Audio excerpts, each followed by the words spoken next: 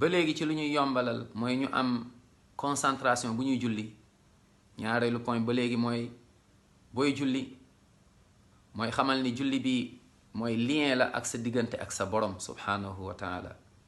yaa ngi taxaw sa kanam borom subhanahu wa taala te nag jàppal ni malaaka yi kiraaman kaatibina yaalamuna ma tafaaluun ñu ngi bind lépp loo def te nag dañ la koy bindal te nag moom ngay gis bés pénc macha allah. sa julli boobu bu baaxee xamal ni borom bi subhanahu wa taala mën na la ci yërëm dugal la aljanna, waaye sa julli bu bone malheureusement yàlla nañ ci yàlla musal.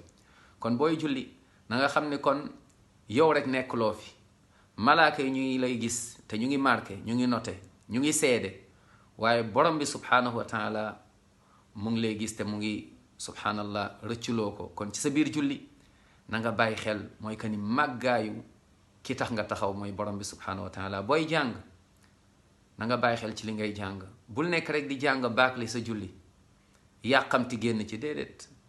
subhanallah looy yàqamti subhanallah sori sa borom, looy yàqamti sori yërmande, looy yàqamti sori li nga xam mooy leer. te julli na nga xam ne leer la. julli bi ngay boo ne allahu akbar di julli xamal ni lii leer la, te nag di nga soxla leer mooy sa biir bàmmeel.